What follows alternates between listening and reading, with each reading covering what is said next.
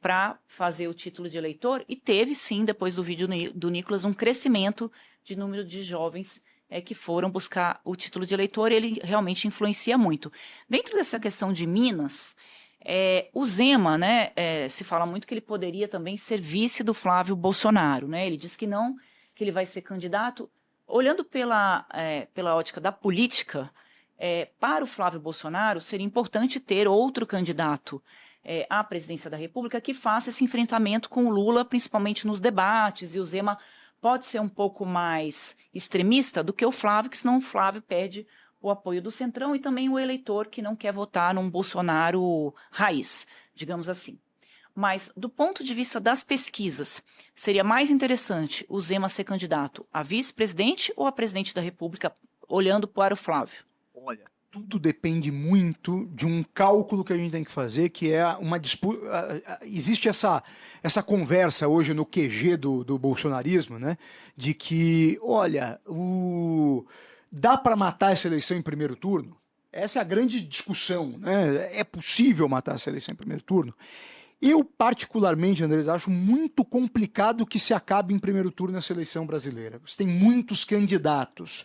E a minha sensação é que se sai o Zema, por mais que uma parte do eleitor do Zema vá para o Flávio num primeiro momento, existe um grande contingente que está votando no Zema porque não aguenta nem Flávio nem Lula. Que não quer nenhuma coisa nem a outra.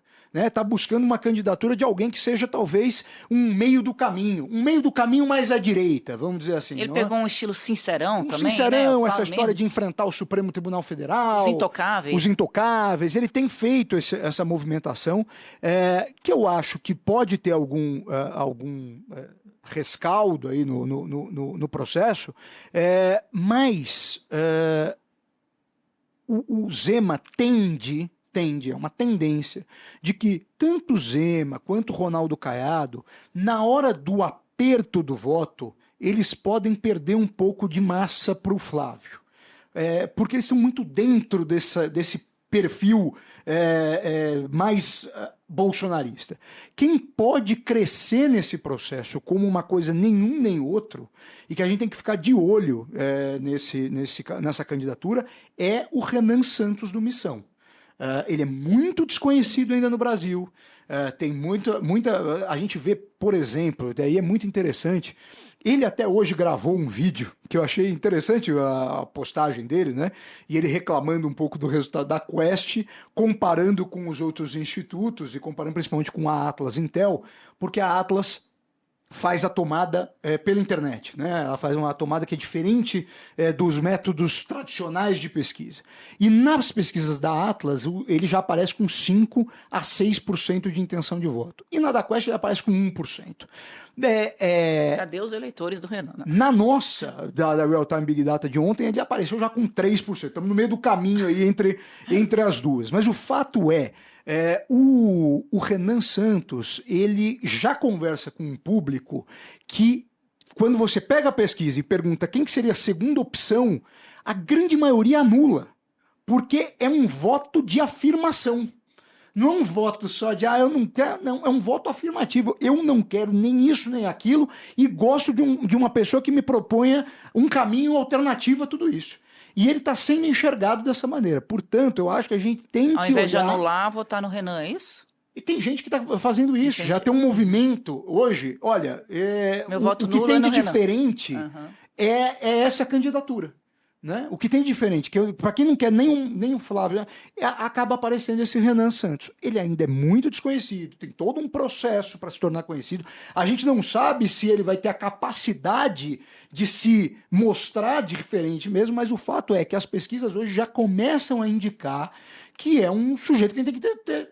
Tem que olhar para ele. Atenção. Põe uma foto dele aí, Maria, para o pessoal que ainda muito jovem ainda, né? Não sabe quem é o Renan Santos também. O Renan Santos, poder acompanhar. E ele tem aproveitado bem esse espaço da pré-campanha, viajando pelo país para poder se apresentar e utilizando as redes sociais, que ele não tem tanto alcance, mas os apoiadores dele têm, né? Por exemplo, o Kim Kataguiri, apoiador dele, né? Tem várias pessoas ali. O MBL, né? O MBL, todo, né? O movimento, né? Que tem, isso tem realmente colocado. E ele trouxe um mote que vai ser... Eu queria até saber de você, Bruno, se esse ainda vai ser o mote da eleição desse ano, que é segurança pública, E o Renan defende, né, que morreu, matou, não, como é que é mesmo? Ele tem feito uma coisa meio Nayib Bukele, lá, o presidente de El Salvador, né? Ele tem defendido... Maria, checa aí como é que é o slogan dele, que é alguma coisa de matou, que eu não estou lembrando agora, mas que vai dentro de encontro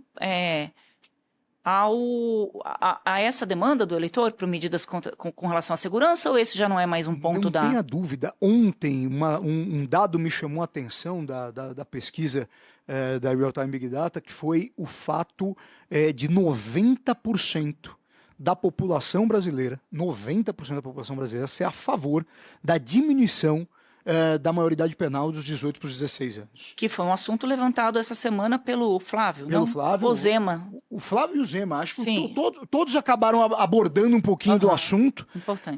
Mas o fato é, as pessoas estão querendo resposta. A questão da segurança pública é uma chagas no Brasil que parece não ter solução. Né? E os níveis de impunidade no Brasil atingiram níveis alarmantes.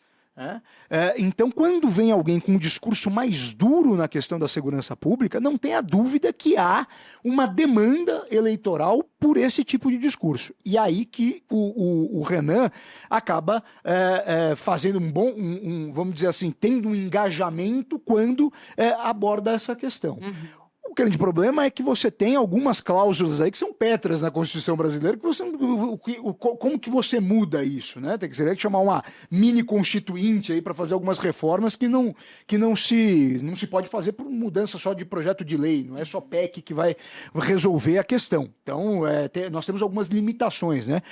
Porque é muito engraçado, a gente tem uma bancada da bala aí enorme no Congresso Nacional, e não consegue, parece que, avançar em temas que lidam com a esfera criminal, né? Não consegue nem criar o Ministério da Segurança Pública, que é sempre uma demanda, né, dessa bancada da bala. É que quando eles recebem bala, né, eles param de trabalhar. Eu acho que quem está acompanhando o programa sabe que aqui é nível avançado de política, já entendeu o que eu quis dizer. Porque realmente, se você tem uma bancada tão forte, né, que é a tal BBB, né, que tem o boi, Bíblia, boi e bala, né? Prendeu, matou. Prendeu, matou. O Childers me deu aqui uma cola aqui, que é o slogan do Renan,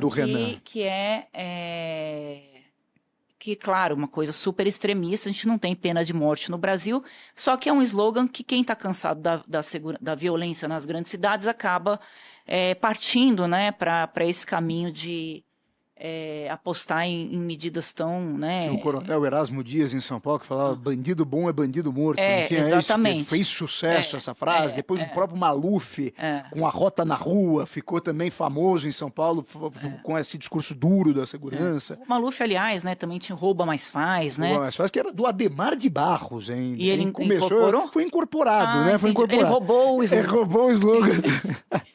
E infelizmente a gente ouve muito isso ainda, né? Esse é um que ficou, né? Aqui na eleição